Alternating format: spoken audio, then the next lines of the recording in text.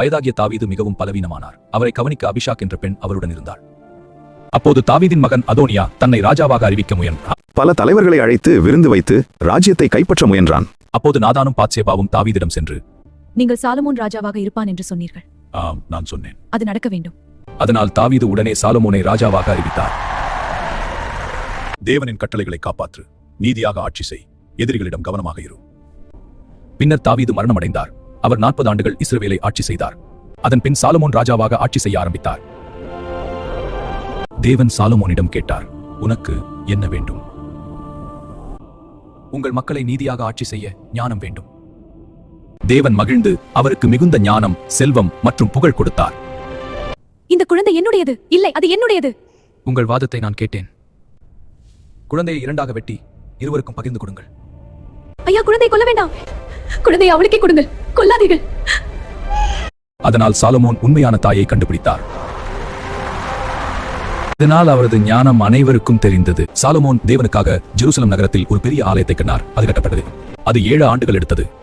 பொன் மற்றும் சிறந்த கற்களால் அது கட்டப்பட்டது. உடன்படிக்கை பெட்டி ஆலயத்தில் வைக்கப்பட்டது. ஆலயத்தை அர்ப்பணிக்கும் போது சாலமோன் தேவனிடம் ஜெபித்தார். என் மக்கள் என்னை தேடி ஜெபித்தால் அவர்களை நான் கேட்பேன். மக்கள் எங்கிருந்தாலும் இந்த ஆலயத்தை நோக்கி ஜெபித்தால் தேவன் அவர்களின் ஜெபத்தை கேட்டு மன்னித்து உதவுவார். சாலமோனின் ஞானம் உலகம் முழுவதும் புகழ் பெற்றது. அதை பார்க்க சீபாராணி வந்தாள். உங்கள் ஞானத்தை காண வந்தேன். இந்த உலகின் ரகசியம் என்ன? அது ஞானத்தின் வெளிச்சத்தில் உள்ளது. மனிதர்களின் நியதி என்ன? அது நீதியும் இரக்கமும். அவள் மிகவும் ஆச்சரியப்பட்டு, உன் மாட்சிமையை பார்த்து நான் வியப்படுகிறேன். சாலமோன் பல வெளிநாட்டு பெண்களை திருமணம் செய்தார். அவர்கள் பிற தெய்வங்களை வணங்கினர். அவர்களால் சாலமோனும் தவறான பாதைக்கு இழுக்கப்பட்டார். இதனால் தேவன் கோபித்தார். தேவன் சொன்னார், உன் மகனின் காலத்தில் ராஜ்யம் 2ஆக பிரியும்.